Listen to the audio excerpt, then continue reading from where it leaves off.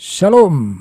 Apakah orang Kristen dapat mendengarkan atau boleh mendengarkan lagu-lagu sekuler, lagu pop, lagu dangdut, lagu rock, dan lain sebagainya? Nah, ini dia yang kita akan bahas kali ini. Selamat mengikuti.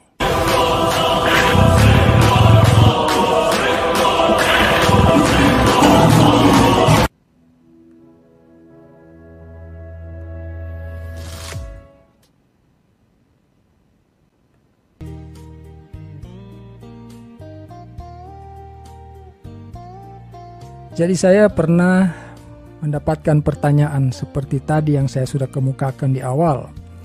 Apakah orang Kristen diperbolehkan untuk mendengarkan lagu-lagu sekuler? Jadi lagu-lagu yang bukan lagu rohani. Mungkin sudah banyak hamba Tuhan yang membahas mengenai ini, tapi karena saya kebetulan ditanya juga, saya ingin bagikan kepada saudara, kiranya menjadi berkat bagi saudara. Yang pertama yang ingin saya sampaikan adalah perlu kita perhatikan ketika kita mendengarkan lagu yang non rohani atau yang bukan rohani atau lagu-lagu sekuler adalah liriknya, saudara. Liriknya. Mengapa liriknya perlu kita perhatikan? Karena firman Tuhan ini mengatakan iman timbul dari pendengaran. Ya.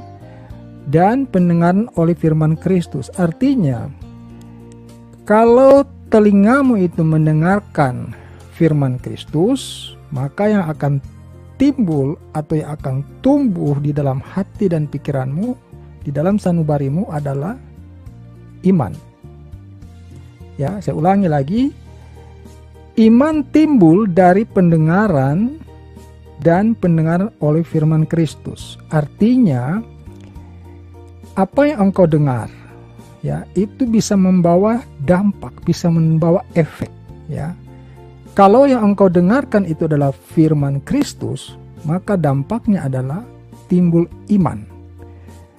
Sebaliknya, kalau yang engkau dengarkan sesuatu yang bukan firman Kristus, nah ini bisa macam-macam dampaknya, saudara.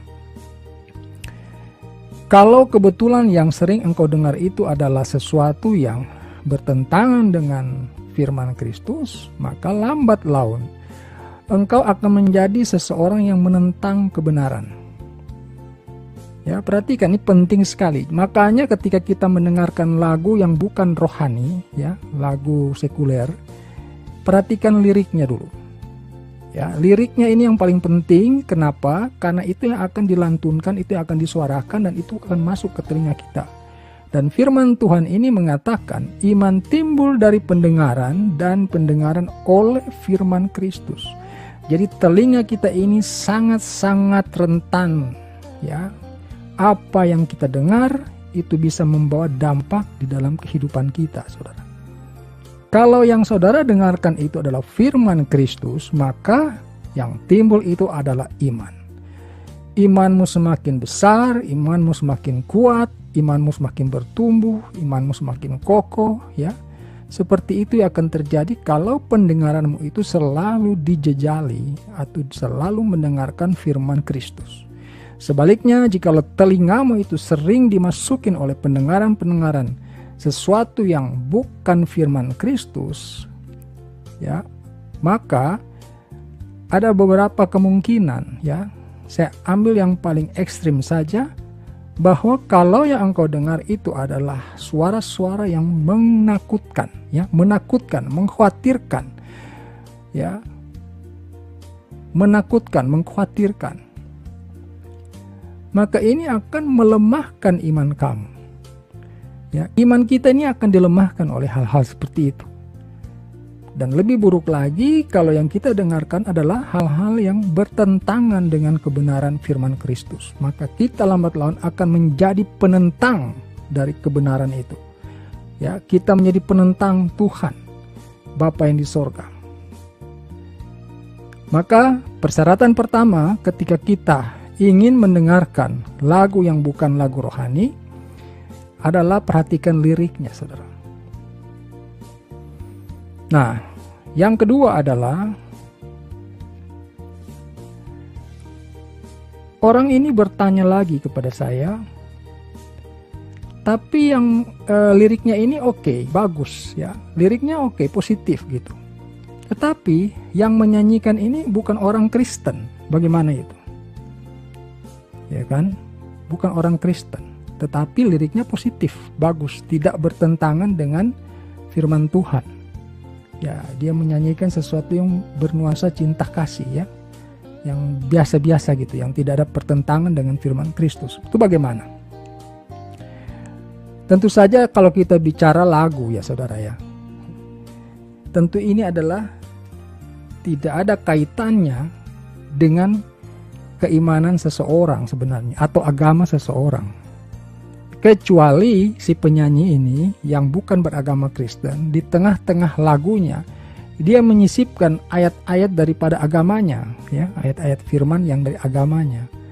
Ya, tentu saja kita harus hati-hati dalam hal ini, karena kalau firman Tuhan atau ayat-ayat firman yang dikemukakan itu tidak sesuai dengan iman kita, maka kita wajib ya dengan tegas kita harus menolak, mematikan lagu itu dan tidak harus mendengarkannya lagi.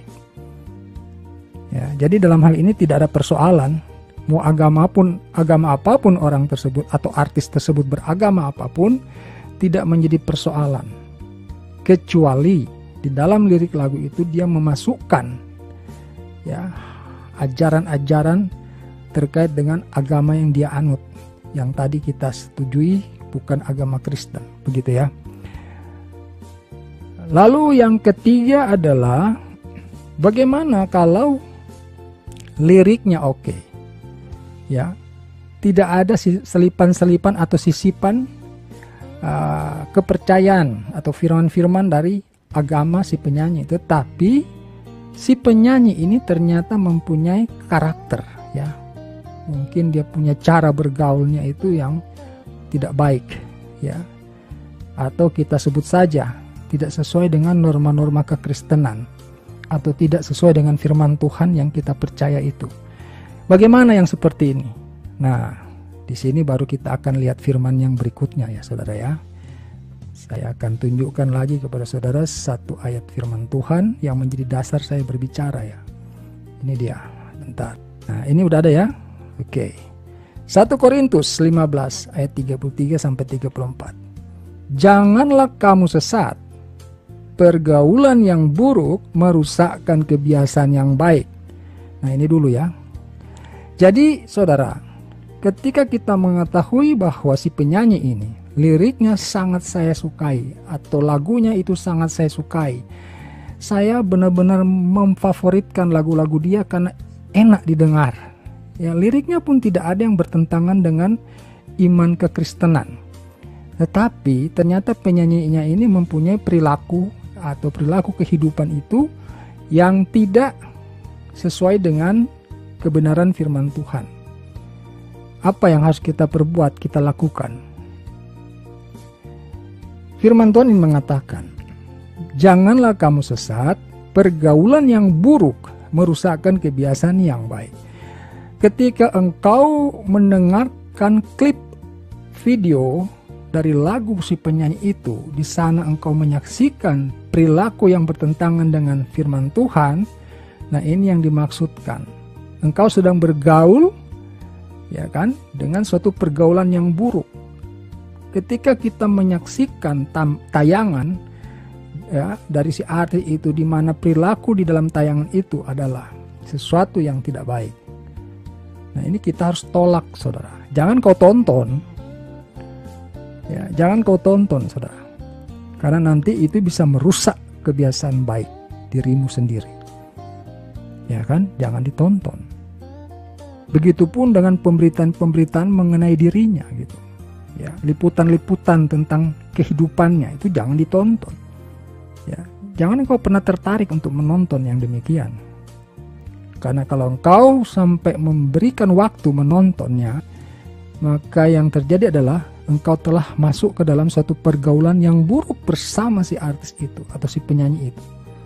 Dan itu pasti akan membawa kerusakan dari kebiasaan-kebiasaan baikmu. Nah, makanya kan suka terjadi ya, ada orang yang mengidolakan sampai begitu rupa, Akhirnya dia merubah penampilannya sesuai dengan artis itu. Ya kan? Si penyanyi itu. Penyanyi itu bertato, dia juga bertato begitu kira-kira. Ya kan? Penyanyi itu ngedrunk, ya kan? Minum narkoba gitu ya. Ya dia juga tiru-tiru gitu. Ya karena dia sering menyaksikan, menonton. Ya segala liputan mengenai artis itu diikutin ya, bahkan digunting gitu, di-clipping ya gambar-gambarnya. Ditempel di kamar ya, adegan-adegan si artis itu. Nah, itu yang tidak boleh ya, saudara. Nah, selanjutnya dikatakan, sadarlah sebaik-baiknya dan jangan berbuat dosa lagi. Ada di antara kamu yang tidak mengenal Allah. Ya, orang-orang yang belum menerima Yesus sebagai Tuhan dan Juru Selamatnya, ini dikategorikan adalah orang yang tidak mengenal Allah. Dikatakan oleh firman Tuhan ini, sadarlah kembali sebaik-baiknya dan jangan berbuat dosa lagi. Ada di antara kamu yang tidak mengenal Allah. Hal ini kukatakan supaya kamu merasa malu. Jadi kita perlu kesadaran bahwa kita tidak terlalu fanatik untuk menutup diri dengan seni yang terjadi dalam dunia ini, saudara. Ya, kesenian, seni itu kan budaya juga ya, berkembang sesuatu yang lahir dari peradaban ya. Jangan kita fanatik buta juga ya.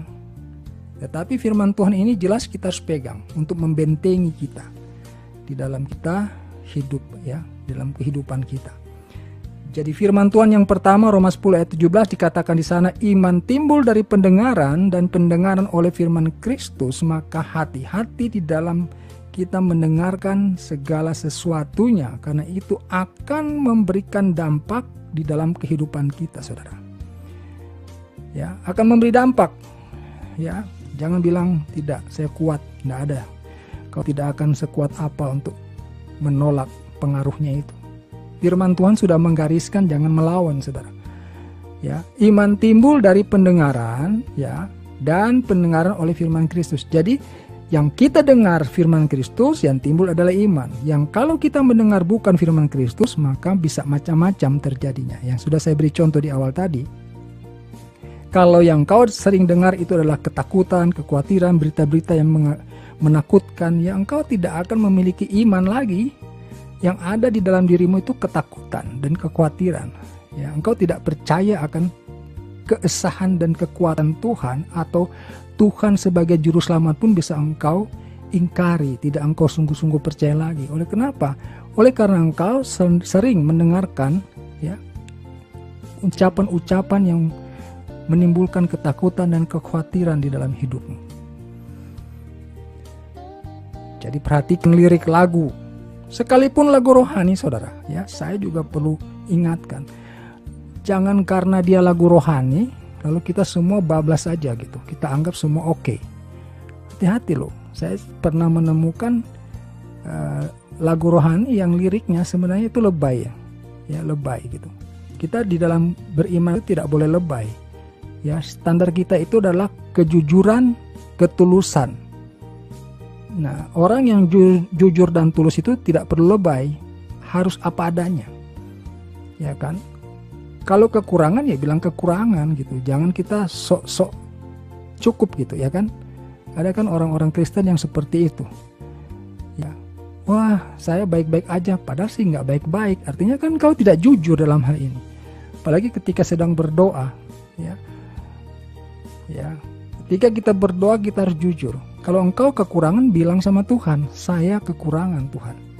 Ya kan? Mintalah apa yang engkau butuhkan. Jangan menutupi diri. Ya, engkau tidak akan bisa menutupi keadaan dirimu dari hadapan Tuhan.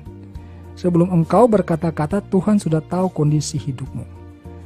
Yang Tuhan butuhkan di dalam doa setiap orang itu adalah kejujuran dan ketulusan. Ya, kalau saudara berdoa dengan jujur dan tulus artinya saudara tidak menutup-nutupi diri.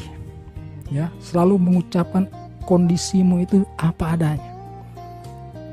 Ya, itu artinya saudara sedang jujur. Jadi kalau saudara berdoa, ya Tuhan terima kasih bahwa aku dalam keadaan baik. Padahal sebenarnya engkau nggak baik itu, dalam keadaan tidak baik, saudara. Ini sebenarnya kan ketidakjujuran. Ya, nggak usah kita seperti itu. Jujur lebih bagus, ya. Nah, yang kedua adalah kita harus memperhatikan adalah jangan kita mengikuti, ya, liputan daripada artis itu. Kalau ternyata perilaku hidupnya itu tidak sesuai dengan kebenaran firman Tuhan, saudara. Ya, jangan gitu. Jadi seperti itu kita di dalam memilih lagu-lagu yang bukan lagu rohani. Ya, saudara. Seperti itu. Jadi kita tetap bisa mendengarkan lagu-lagu yang bukan lagu rohani, tetapi liriknya harus kita perhatikan sungguh-sungguh, ya saudara. Kemudian artisnya juga kita harus perhatikan. Kalau ternyata perilaku hidupnya itu tidak sesuai dengan firman Tuhan, maka jangan pernah engkau menonton liputan tentang artis tersebut. Jangan pernah menonton, ya kan? Gitu. Jadi seperti itu jawaban saya untuk persoalan apakah boleh kita orang Kristen mendengarkan lagu-lagu sekuler atau lagu-lagu yang bukan lagu rohani. Jadi jawabannya seperti tadi, kiranya memberkati saudara, dan kita akan jumpa dalam pemberitaan firman Tuhan lainnya. Haleluya, amin.